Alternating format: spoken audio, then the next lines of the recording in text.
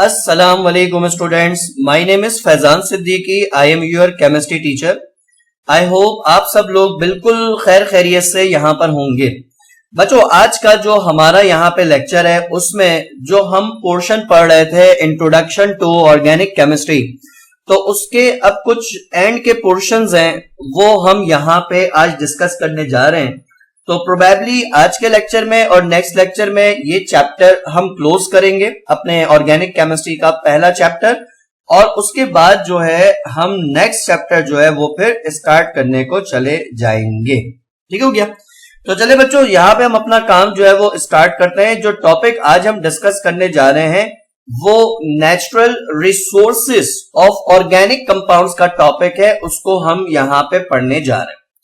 बच्चों, अगर आप ऑर्गेनिक कंपाउंड की बिल्कुल सबसे ओल्डेस्ट डेफिनेशन याद करें, क्लासिकल डेफिनेशन जो शुरू में पढ़ाई गई थी, तो उसमें ये पढ़ाया गया था कि ऑर्गेनिक कंपाउंड्स वो कंपाउंड्स हैं जो कि आपको लिविंग थिंग्स में से मिलते हैं, यानी एनिमल्स में से मिलते हैं, यानी प्लांट्स में से मिलते हैं। तो इसका मतलब अगर ऑर्गेनिक कंपाउंड्स की हम नेचुरल रिसोर्सेस की बात करें तो जितने भी एनिमल्स हैं, जितने भी प्लांट्स हैं, वो सारे के सारे ऑर्गेनिक कंपाउंड्स की नेचुरल रिसोर्सेज हैं। लेकिन ये जो नेचुरल रिसोर्सेज हैं, animals, plants, these are the living natural resources of organic compounds. हम यहां पे जो आज बात करने जा रहे हैं वो ऑर्गेनिक कंपाउंड्स की नॉन लिविंग जो नेचुरल रिसोर्सेज हैं, हम उनको जो है वो यहां पे डिस्कस करने जा रहे हैं। क्योंकि देखो, जो लिविंग रिसोर्सेज होती है तो जाहिर सी बात है लिविंग रिसोर्सेज में इतना क्वांटिटी में ऑर्गेनिक कंपाउंड नहीं होता कि आप उसको कमर्शियली यूज कर सकें, ये मसला यहां पर होता है। तो इसलिए हम यहाँ पे नॉन लिविंग रिसोर्सेज की बात कर रहे हैं कि अगर आपको लार्ज स्केल पे, आपको ह्यूज अमाउंट में अगर ऑर्गेनिक कंपाउंड्स एक्सट्रैक्ट करने हैं तो डेफिनेटली आप नॉन लिविंग रिसोर्सेज पे यूज करते हुए जो है उनको एक्सट्रैक्ट करते हैं। तो हमारे टेक्स्ट में 3 रिसोर्सेज हैं जो यहाँ पे डिस्कस की हुई है, उन्हीं पे हमारा ये डिस्कशन है आज का। सबसे पहली नेचुरल रिसोर्स जो डिस्कस की हुई है वो यहाँ पे कोल डिस्कस की हुई है, कोयला। दूसरी नेचुरल रिसोर्स जो डिस्कस की हुई है वो यहाँ पे नेचुरल गैस है, उसको डिस्कस किया हुआ है। और तीसरी जो नेचुरल रिसोर्स यहाँ पे डिस्कस की हुई है वो पेट्रोलियम है। तो coal, natural gas and petroleum, these are the 3 natural resources use commercially for the production of organic compounds. तो एक एक करके इस पे हम यहाँ पे जो है वो बात करते हैं। सबसे पहले हमारे पास जो है वो यहाँ पे कोल वाली सोर्स है, तो हम उसके ऊपर पहले बात कर लेते हैं कि क्या होता है, इसका यहाँ पे क्या कॉन्सेप्ट है। देखो, कोल जो होता है वो वुड की कन्वर्टेड फॉर्म है। जो दरख्त की लकड़ियां होती हैं, किसी इलाके में अगर अर्थक्वेक वगैरह आ जाता है तो ये जमीन के अंदर चले जाती हैं, वहां पे टेम्परेचर चेंजेस होते हैं, माइक्रो ऑर्गेनिजम्स के अटैक होते हैं, प्रेशर चेंजेस होते हैं। इन सब का ओवरऑल रिजल्ट ये निकलता है कि कोल आहिस्ता आहिस्ता आहिस्ता आहिस्ता वुड जो होता है वो आहिस्ता आहिस्ता आहिस्ता आहिस्ता कोल में कन्वर्ट होना शुरू हो जाता है। अब उसकी कन्वर्जन की बेसिस पे यहाँ पे मुख्तलिफ नेम है कि जब वुड कोल में कन्वर्ट हो जाए 60% के अराउंड, तो उसको नाम दिया जाता है यहाँ पे पीट का। यानी पहले तो आपको कन्वर्टेड फॉर्म्स याद होनी चाहिए कि किसमें क्या है। तो वुड जब 60% तक कन्वर्ट हो जाता है कोल में तो उसको कहते हैं पीट। अगर उसको जमीन के अंदर रखें तो वो मजीद कोल में कन्वर्ट होता है। जब कन्वर्ट होता वो 70% तक कन्वर्ट हो जाता है कोल में, तो उसको वहां पे नाम दिया जाता है लिग्नाइट का। यानी लिग्नाइट एक ऐसा कोल है जिसमें 70% कार्बन होता है। इसी तरीके से आप उसको जमीन के अंदर छोड़ दें और फिर वो मजीद 80% कन्वर्ट हो जाए कोल में, तो उसको नाम दिया जाता है बिटुमिनस कोल का। बिटुमिनस कोल एक ऐसा कोल है कि जो कमर्शियली इस्तेमाल किया जाता है ऑर्गेनिक कंपाउंड को एक्सट्रैक्ट करने के लिए। उसके अलावा अगर आप उसको मजीद जमीन के अंदर छोड़ दें और वो 90% तक कार्बन में कन्वर्ट हो जाए, तो 90% जो कन्वर्टेड फॉर्म होती है उसको नेम दिया जाता है एंथ्रासाइट का। तो peat, lignite, bituminous coal and anthracite, ये हमारे पास जो है वो वुड की मुख्तलिफ कन्वर्टेड फॉर्म्स हैं जिसमें कार्बन की परसेंटेजेस जो होती हैं उनका डिफरेंस यहां पर होता है, जो कि आपको नजर आ रहा है। यानी अगर पूछा जाए प्योरेस्ट कोल कौन सा है, तो प्योरेस्ट कोल जो है वो यहां पे एंथ्रासाइट कहलाएगा, क्योंकि उसमें जो है 90% कार्बन होता है, इस वजह से। ठीक हो गया? चले अच्छा भाई, अब आगे बढ़ते हैं जी। आगे हमारे पास देखें जो बिटुमिनस कोल है, हम उसको यूज करते हुए ऑर्गेनिक कंपाउंड्स को एक्सट्रैक्ट कर रहे होते हैं। अब वो कैसे करते हैं, उसके लिए हम डिस्टिलेशन की टेक्निक यूज करते हैं। डिस्टिलेशन का मतलब होता है कि अगर आप किसी चीज को मुख्तलिफ टेम्परेचर पे हीट करें और हीट करके उसके कंपोनेंट्स को सेपरेट कर दें तो इसको डिस्टिलेशन कहा जाता है। जब सॉलिड को हीट करके कंपोनेंट्स को सेपरेट करेंगे तो वो डिस्ट्रक्टिव डिस्टिलेशन होती है। जब लिक्विड मिक्सचर को हीट करते हैं और कंपोनेंट्स को सेपरेट किया जाता है तो उसको फ्रैक्शनल डिस्टिलेशन का नाम दिया जाता है। तो इसलिए थोड़ा सा इसका एक आइडिया मैं डिस्कस कर लेता हूं कि ये होता क्या है, जरा आइडिया समझें। फॉर एग्जाम्पल, आपके पास एक कंटेनर है जिसमें दो मुख्तलिफ लिक्विड्स हैं जिनका बॉइलिंग पॉइंट एक दूसरे से डिफरेंट है। लिक्विड ए हमने रखा हुआ है, उसका बॉइलिंग पॉइंट जो है वो 60 डिग्री सेंटीग्रेड है। लिक्विड बी हमने रखा हुआ है जिसका बॉइलिंग पॉइंट 70 डिग्री सेंटीग्रेड है। आपसे कहा जाता है कि आप इसको सेपरेट करें। सही है, डिस्टिलेशन का आइडिया समझना क्या हो रहा है। आपसे कहा जाता है कि सेपरेट करें। अब सेपरेट करने का तरीका ये होगा कि भाई आप क्या करें कि इस मिक्सचर को आप हीट करें। जब हीट करेंगे तो टेम्परेचर बढ़ेगा, जब ज्यादा हीट करेंगे तो ज्यादा टेम्परेचर बढ़ेगा। तो जब टेम्परेचर बढ़ता बढ़ता बढ़ता बढ़ता 25, 26, 27, 28, 29, 30, 31 इसी तरह चलते चलते 55, 58, 59, 60, जैसे ही टेम्परेचर 60 डिग्री सेंटीग्रेड पर पहुंचेगा तो वो लिक्विड जिसका बॉइलिंग पॉइंट 60 था वो लिक्विड यहां से एवापोरेट होना शुरू हो जाएगा। और जैसे ही आप टेम्परेचर को 60 डिग्री सेंटीग्रेड से क्रॉस कर देंगे, सही है, आप जैसे इसको 60 डिग्री सेंटीग्रेड से क्रॉस कर देंगे तो 60 डिग्री सेंटीग्रेड से क्रॉस करने के बाद फिर क्या होगा कि यहां पे सिर्फ वो लिक्विड रह जाएगा जिसका बॉइलिंग पॉइंट 60 से अबव होगा। यानी लिक्विड ए यहां से खत्म हो जाएगा और जस्ट लिक्विड बी जिसका बॉइलिंग पॉइंट अबव 60 है वो यहां पे रह जाएगा। इस चीज को नाम दिया जाता है फ्रैक्शनल डिस्टिलेशन। सही है, तो ये क्योंकि लिक्विड्स को सेपरेट कर रहे हैं तो इसलिए फ्रैक्शनल डिस्टिलेशन कहलाती है। अच्छा जी, अब यही टेक्निक हम कोल के ऊपर इस्तेमाल करते हैं कि भाई हमारे पास बिटुमिनस कोल है, हम क्या कर रहे हैं कि इसकी यहां पे डिस्टिलेशन कर रहे हैं। जब आप बिटुमिनस कोल की डिस्टिलेशन करते हैं तो आपको यहां पे 3 डिफरेंट स्टेट्स में प्रोडक्ट्स मिलती हैं। कुछ प्रोडक्ट्स ऐसी होती है जो आपको सॉलिड फॉर्म में मिलती हैं, कुछ ऐसी होती हैं जो आपको लिक्विड फॉर्म में मिलती हैं और कुछ प्रोडक्ट्स ऐसी हैं जो आपको गैस की फॉर्म में मिलती हैं। तो तीनों स्टेट्स में आपको यहां पे प्रोडक्ट्स मिलती हैं। तो वो प्रोडक्ट्स जो बिटुमिनस कोल की डिस्टिलेशन के नतीजे में सॉलिड फॉर्म में मिलती हैं, उन सॉलिड प्रोडक्ट्स को नाम दिया जाता है कोक का। लिक्विड फॉर्म में जो मिलती हैं इन्हें कहते हैं कोल tar। गैस की फॉर्म में जो प्रोडक्ट मिलती है इन्हें कोल गैस का नाम दिया जाता है। ठीक है जी, तो इसलिए ये इनके कुछ कमर्शियल नेम्स वगैरह यहां पे चलेंगे, तो उन कमर्शियल नेम्स का आप लोगों को ये आइडिया होना चाहिए कि भाई ये coke, coal tar and coal gas आपको मिलेगा। ठीक हो गया। अच्छा, इन प्रोडक्ट्स की छोटी छोटी कंपोजिशन या इनके जो यूजेस वगैरह है तो थोड़ा सा उसके ऊपर हम यहाँ पे बात कर लेते हैं कि भाई किसकी कंपोजिशन में क्या चीज होती है। थोड़ा थोड़ा आइडिया आपको होना चाहिए क्योंकि देखो ये है रटाफिकेशन का, आपको नोट्स में से याद करना पड़ेगा बच्चों, तो इसलिए थोड़ा सा इसका आपको आइडिया होना चाहिए कि इसमें हो क्या रहा है। तो देखें यहां पर जो आपको सॉलिड फॉर्म में कोक मिलता है ये प्योर कार्बन होता है और ये कोक जो होता है इसको इस्तेमाल किया जाता है एज अ फ्यूल। कोयले के जैसे बारबेक्यू फ्यूल जो होता है उसमें भी इस्तेमाल होता है। इंजन जो होते थे, ट्रेन के इंजन पहले चलते थे, ओल्ड मूवीज में आप देखें तो उसमें कोयले से चलने वाले इंजन होते थे, कोयला डलता रहता था, इंजन चलता रहता था, मूवी चलती रहती थी, ऐसे ही था ना। तो इसलिए ये एज अ फ्यूल जो वो इस्तेमाल किया जाता है और अभी भी जो है इसको इलेक्ट्रिसिटी प्रोड्यूस करने के लिए पाकिस्तान में इस्तेमाल किया जाता है, हालांकि ये एनवायरमेंट फ्रेंडली नहीं होता। अच्छा, फ्यूल के अलावा अगर आप इसको और मुख्तलिफ जगहों पे देखें तो इसे एज अ पिगमेंट इस्तेमाल किया जाता है। पिगमेंट कलर को कहा जाता है। तो मुख्तलिफ चीजों के अगर ब्लैक कलर देने हो, जैसे शू पॉलिश हो गया, जैसे आंखों में लगने वाला काजल हो गया, तो इसी तरह ये इंक हो गई, आप जो लिखते हैं पेन की इंक, तो मुख्तलिफ चीजों को अगर ब्लैक कलर देना हो तो वहां पे कोक इस्तेमाल किया जाता है। उसके अलावा ये जो कोक इस्तेमाल होता है ये स्टील मैन्युफैक्चरिंग में इस्तेमाल किया जाता है। ये चीज याद रखें कि स्टील जो है वो आयरन एंड कार्बन का एलॉय होता है। आयरन लेते हैं मोल्टन, उसमें कार्बन मिक्स करते हैं तो स्टील बन जाता है। तो वो जो कार्बन उसके अंदर मिक्स होता है वो कोक वाला, यानी कि प्योर कार्बन है, वो मिक्स किया जाता है और उसकी मिक्स करने के नतीजे में वहां पे स्टील मैन्युफैक्चर हो जाता है। तो ये स्टील की मैन्युफैक्चरिंग के लिए इस्तेमाल किया जाता है। तो और भी इसके यूजेस हैं, लेकिन बहरहाल ये याद रखिएगा। इसी तरह कोल गैस पे आ जाए तो भाई कोल गैस जो है वो गैसेस का मिक्सचर है, जिसमें मेजर क्वांटिटी में आपके पास जो गैसेस है, एक उसमें CH4 यानी मीथेन गैस है और दूसरी इसके अंदर हाइड्रोजन गैस जो है वो प्रेजेंट होती है। तो इसका मिक्सचर कोल गैस कहलाता है। ये ज्यादा क्वांटिटी में प्रेजेंट होते हैं और ये जो कोल गैस होती है इसको भी हम एज अ फ्यूल यूज करते हैं। मीथेन जो है वो एज अ डोमेस्टिक फ्यूल इस्तेमाल होता है। घरों के अंदर जो गैस आ रही है हमारे, वो मीथेन गैस होती है। गाड़ियों में CNG के नाम से जो गैस डल रही है वो मीथेन गैस डल रही है। इसी तरह हाइड्रोजन को एज अ फ्यूल इस्तेमाल किया जाता है, रॉकेट फ्यूल के तौर पे भी इस्तेमाल किया जाता है। तो बहरहाल ये कि इसको एज अ फ्यूल जो है वो इस्तेमाल किया जाता है इस कोल गैस को।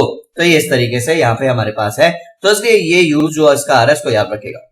कोल तार जो लिक्विड स्टेट में हमें प्रोडक्ट यहाँ पे मिल रही है, कोल तार को अगर आप डायरेक्टली इस्तेमाल करना चाहें तो आप रोड में इस्तेमाल कर सकते हैं। ये जो रोड डलती है उसमें ब्लैक सा थिकिस सा लिक्विड होता है, वो तार कोल या कोल तार कहलाता है। तो इसको वहां पर भी इस्तेमाल किया जा सकता है।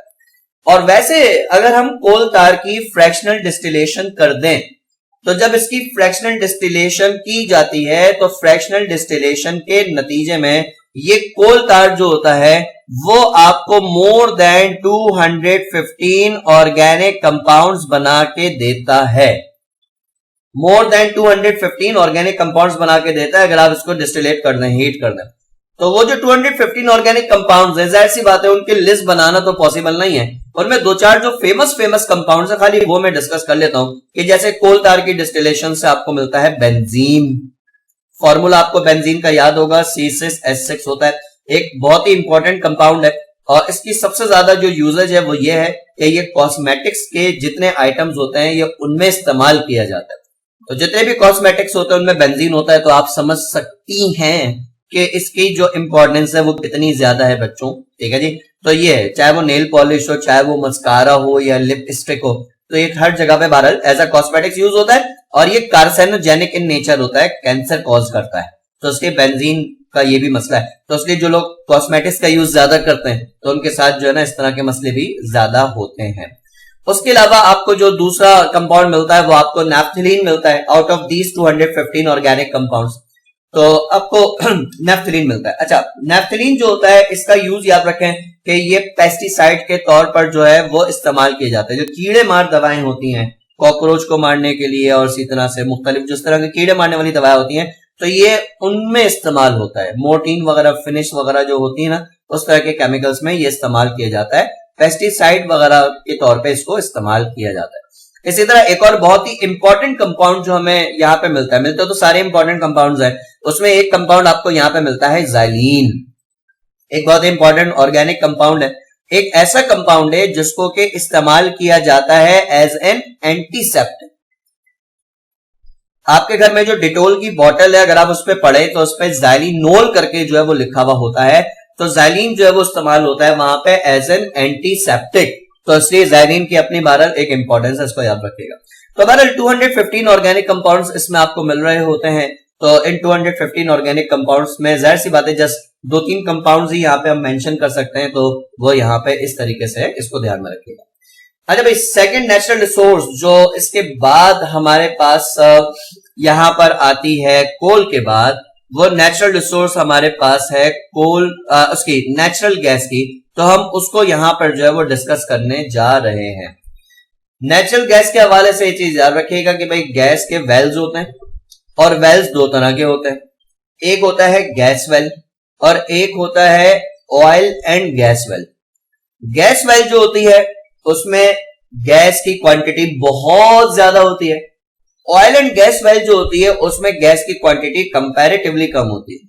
ऑयल एंड गैस वेल की खास बात ये होती है कि ऑयल एंड गैस वेल जो होते हैं उनमें ऊपर गैस होती है, नीचे ऑयल होती है। अगर उसमें से ऊपर से गैस खत्म हो जाए तो फिर नीचे से ऑयल निकलना शुरू हो जाता है। जैसे कहते हैं कि हमारे जो सुई गैस के वेल्स हैं वो ऑयल गैस वेल्स हैं, यानी उनमें ऊपर गैस है। जब वो गैस खत्म हो जाएगी तो उसके खत्म होने के बाद उसमें से ऑयल जो है वो निकलना शुरू हो जाएगा। तो इसलिए सुई गैस वाला जो वेल हमारे पास है बच्चों वो ऑयल एंड गैस वेल है। ठीक हो गया। तो इसलिए थोड़ा सा ये एक आइडिया है, इसको जो है वो आप लोग ध्यान में रखिएगा। अच्छा, ये जो हमारे पास नेचुरल गैस होती है बच्चों, इस नेचुरल गैस के हवाले से ये चीज याद रखिएगा कि हमारे घरों में जो गैस आ रही होती है उसमें बकायदा स्मेल वगैरह है, लेकिन एक्चुअल जो नेचुरल गैस होती है वो ऑडर लेस होती है, उसमें कोई स्मेल नहीं होती, ठीक है। उसमें अलग से स्मेल ऐड की जाती है, उसके लिए सल्फर के कंपोनेंट्स ऐड किए जाते हैं, स्मेल अलग से ऐड की जाती है, जिसका मकसद सिर्फ इतना होता है कि अगर कहीं पे गैस की लीकेज हो जाए तो वो आइडेंटिफाई की जा सके, उसका सिर्फ इतना मकसद होता है, ठीक है। तो ये ऑडर लेस गैस होती है और स्मेल ऐड करते हैं ताकि गैस लीकेज को आप आइडेंटिफाई कर सकें। तो इसका ये एक सीन है, ठीक है जी। तो इसलिए जो है इसको आप लोग जो है वो ध्यान में रखिएगा कि भाई नेचुरल गैस इस तरह से होती है, सुई गैस जिसे हम कहते हैं ये होती है। अच्छा, अब यहाँ पे हमारे पास सुई गैस की कुछ कंपोजिशन है, उसमें जो गैसेस मौजूद हैं वो मैंने मेंशन की हुई है कि सुई गैस जो होती है इसमें स्टार्टिंग के 4 अल्केन्स होते हैं, methane, ethane, propane and butane. ये 4 अल्केन्स ज्यादा क्वांटिटी में होते हैं। देन कार्बन मोनोऑक्साइड और नाइट्रोजन, ये ट्रेसेस में होती है, माइनर क्वांटिटी में होती है। अच्छा, इतनी सारी मिक्स चीजें मिलकर नेचुरल गैस बनाती हैं। इसमें हमेशा याद रखिएगा नेचुरल गैस जो होती है उसमें सबसे ज्यादा क्वांटिटी जो हमेशा होती है वो मीथेन गैस की होती है, और इसकी क्वांटिटी जियोलॉजिकल कंडीशन के ऊपर डिपेंड कर रही होती है। ये 80% से लेकर 95% तक हो सकती है।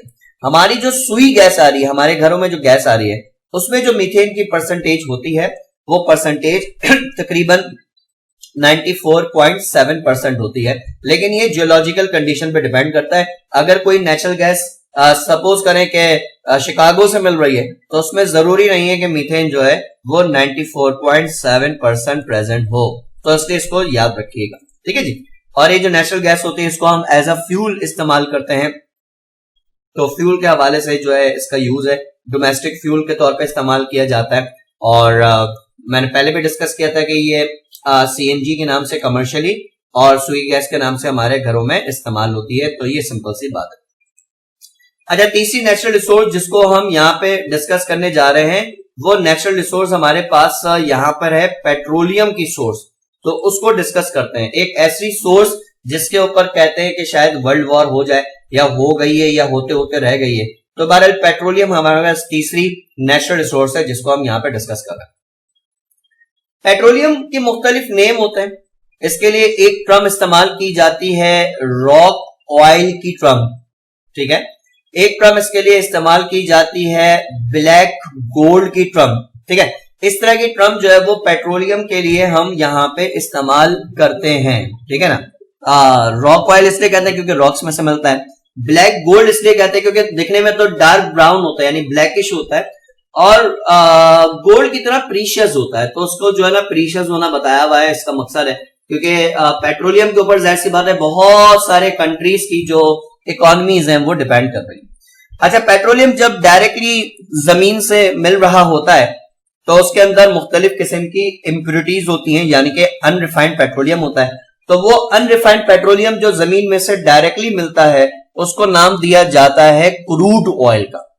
नाम आप लोगों ने जो है वो यहाँ पे सुना होगा, क्रूड ऑयल इसको जो है वो कहा जाता है।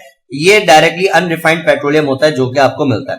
मुख्तलिफ कंट्रीज जो ट्रेडिंग करते हैं, ऑयल परचेज कर रहे हैं, सेल कर रहे हैं एक दूसरे को कंट्रीज, तो वो इसी अनरिफाइंड फॉर्म के अंदर ही कर रहे होते हैं। वो डायरेक्टली निकालते हैं और उसके बाद उसको जो है वो सेल परचेज कर रहे होते हैं। तो ये अनरिफाइंड बैरल जो पेट्रोलियम होता है इसको नेम दिया जाता है क्रूड ऑयल का। अब डेफिनेटली इस अनरिफाइंड पेट्रोलियम को हम डायरेक्टली इस्तेमाल नहीं कर सकते। हम करते क्या है कि इसकी पहले करते हैं रिफाइनिंग, यानी इसके अंदर जो मुख्तलिफ किस्म की इम्प्योरिटीज होती हैं उनको रिमूव अच्छी तरह से किया जाता है। जब इम्प्योरिटीज रिमूव कर दी जाती है, प्यूरिफाई कर दिया जाता है, फिर इसकी की जाती है डिस्टिलेशन। अब क्योंकि ये लिक्विड है तो इसलिए इसकी फ्रैक्शनल डिस्टिलेशन होती है, और फ्रैक्शनल डिस्टिलेशन जब आप इसकी यहां पे करते हैं मतलब मुख्तलिफ टेम्परेचर्स पे हीट करते हैं, तो हीट करने पर इसके मुख्तलिफ कंपोनेंट्स वहां पे अलग होना शुरू हो जाते हैं। उन कंपोनेंट्स के जो carbon chain and commercial names हैं वो आपको पता होना चाहिए कि क्या है। यानी मेन चीज जो है वो ये कि उनके कमर्शियल नेम्स का आपको आइडिया होना चाहिए कि वो आपको क्या मिल रहा है। तो इसलिए देखो, ऐसे फ्रैक्शंस, पेट्रोलियम से मिलने वाले ऐसे फ्रैक्शंस जिनमें कार्बन की तादाद 1 2 3 4 इस तरीके से यहां पर होती है। वैसे तो 1 कार्बन को मीथेन, 2 को इथेन, 3 को प्रोपेन एंड 4 को ब्यूटेन कहा जाता है। ये तो आप पढ़ते ही हैं अल्केन्स के अंदर। लेकिन अगर कमर्शियल लैंग्वेज में बात की जाए तो ऐसे कंपाउंड्स, ऐसे कंपोनेंट्स जिनमें कार्बन की तादाद 1 से लेकर 4 तक होती है, तो इसको नेम दिया जाता है रिफाइनरी गैस का। ठीक है, रिफाइनरी गैस जो है बेसिकली आप कह सकते हैं कि मीथेन, इथेन, प्रोपेन, ब्यूटेन के मिक्सचर को कहा जाता है। तो ये आपके पास जो है वो रिफाइनरी गैस जो है वो यहां पे कहलाती है। सही हो गया। अच्छा, इसी तरीके से इसको मजीद हम करें फ्रैक्शन में डिवाइड, तो अगर 1 कार्बन का कोई फ्रैक्शन है तो वैसे तो मीथेन कहलाता है, लेकिन कमर्शियल लैंग्वेज में उसको CNG का नाम दिया जाता है। CNG stands for compressed natural gas. ठीक है, 1 कार्बन का कंपोनेंट वैसे केमिकली मीथेन है और कमर्शियल लैंग्वेज में वो CNG कहलाता है। इसी तरह ऐसा कंपोनेंट जिसमें कार्बन की तादाद 2 से 4 तक होती है तो उसको नेम दिया जाता है LPG का। LPG stands for liquefied petroleum gas. तो ये टर्म इसके लिए इस्तेमाल की जाती है।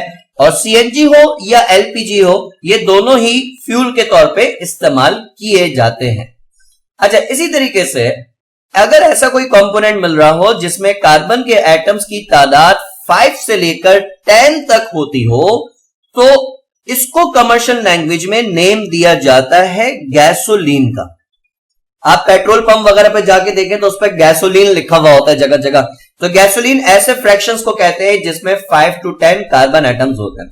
अब इसी के अंदर मोर स्पेसिफिक बात करें तो गैसोलीन के अंदर के वो फ्रैक्शन जिसमें 6, 7, 8 कार्बन प्रेजेंट हो। वैसे तो 5 to 10 पूरी रेंज गैसोलीन की है। अब 6 वाला भी गैसोलीन है, 7 वाला भी गैसोलीन है, 8 वाला भी। तो जिसमें 6, 7, 8 कार्बन प्रेजेंट हो तो ऐसे गैसोलीन को हम नाम देते हैं यहां पे पेट्रोल का। तो पूछा जाएगा पेट्रोल क्या है, तो पेट्रोल पेट्रोलियम से मिलने वाला फ्रैक्शन है जिसमें 6, 7, 8 कार्बन होते हैं। यानी हेक्सेन, हेप्टेन, ऑक्टेन का ये जो मिक्सचर होता है, इस मिक्सचर को नेम दिया जाता है यहां पे पेट्रोल का। इसी तरीके से अगर कार्बन की तादाद जो है वो मजीद बढ़ते चले जाए, 11 से 12 तक हो जाती है, तो इसको कमर्शियल लैंग्वेज में नेम दिया जाता है कैरोसिन का। आपने कैरोसिन ऑयल का नाम सुना होगा यकीनी तौर पे। मिट्टी का तेल जिसे हम यहां पे कहते हैं, तो आपने उसका नाम यकीनी तौर पे सुना होगा। तो वो 11 से 12 कार्बन की सीरीज होती है। अगर कार्बन के एटम्स की तादाद 12 से एक्सीड कर जाती है तो फिर इसको नेम दिया जाता है डीजल का। ठीक हो गया। डीजल जाहिर सी बात है हैवी ट्रक्स वगैरह में एज अ फ्यूल इस्तेमाल होता है। अच्छा, जितने भी फ्रैक्शन अगर आप देखें तो ये सारे के सारे वो हैं कि जो फ्यूल के तौर पे इस्तेमाल हो रहे हैं, चाहे वो CNG हो, LPG हो, पेट्रोल हो, कैरोसिन हो, डीजल हो, ये सब फ्यूल के तौर पे इस्तेमाल होता है। अगर कार्बन के एटम्स की तादाद 17 से एक्सीड कर जाए तो वहां पे कैटेगरी स्टार्ट हो जाती है लुब्रिकेंट्स की। लुब्रिकेंट्स याद कीजिए, ऐसे केमिकल्स को कहा जाता है कि जो फ्रिक्शन को रिड्यूस कर दें। जैसे फॉर एग्जांपल आपके पास वैक्स होता है, जैसे आपके पास ग्रीज होता है, तो ये लुब्रिकेंट के तौर पे जो इस्तेमाल किया जाता है, ये फ्रिक्शन को कम करने की एबिलिटी रखता है, तो इसको एज अ लुब्रिकेंट जो है वो यहां पे इस्तेमाल करते हैं। ठीक है जी, तो इसलिए ये चीज याद रखिएगा। और फाइनली अगर कार्बन के एटम्स की तादाद 27 से ज्यादा हो जाए तो फिर जो चीज मिलती है उसको नेम दिया जाता है एस्फाल्ट का। एस्फाल्ट जो होते हैं बच्चों, ये ब्लैक स्टोन्स होते हैं। कहीं पर अगर रोड वगैरह डल रहा हो तो ये वहां पे इस्तेमाल होते हैं। इसको एस्फाल्ट का नाम देते हैं। आपने नीड फॉर स्पीड वाले गेम्स भी खेले होंगे, तो उसमें एक वर्जन उसका था कि नीड फॉर स्पीड एस्फाल्ट के नाम से था, अगर आप याद करें। तो एस्फाल्ट जो होता है रोड पे डलने वाले छोटे छोटे ब्लैक स्टोन्स होते हैं। आप रोड को करीब से देखेंगे आपको ब्लैक स्टोन्स दिखते हैं, वो एस्फाल्ट कहलाते हैं। रोड की जो रोड ग्रिप होती है वो इसी एस्फाल्ट की वजह से होती है। ये चीज याद रखिएगा। अगर एस्फाल्ट ना हो और आप रोड ऐसी बिछा दें, सीमेंटेड रोड कर दें पूरा का पूरा, तो सबसे पहला मसला यही आएगा कि टायर की जो ग्रिप बनती है रोड पे, वो रोड ग्रिप जो है वो बिल्कुल ही खत्म हो जाएगी। सबसे खतरनाक मसला जो है वो ये आएगा। तो बहरहाल these are the natural resources of organic compound, जिसपे नोट लिखने को आता है। अब मैं ये नहीं कह सकता कि शॉर्ट नोट लिखने को आता है, क्योंकि शॉर्ट करेंगे तब भी इतना लंबा बहरहाल ये हो ही जाएगा। तो बहरहाल ये आपके पास है कॉन्सेप्ट, तो उसको ध्यान में रखिएगा। तो इसको इतना ही रखते हैं। नेक्स्ट क्लास में इंशाल्लाह ताला कुछ छोटी छोटी डेफिनेशंस हैं, उनको डिस्कस करके इस चैप्टर को जो है हम यहां से क्लोज करेंगे। थैंक यू सो मच बच्चों, टेक केयर, खुदा हाफिज।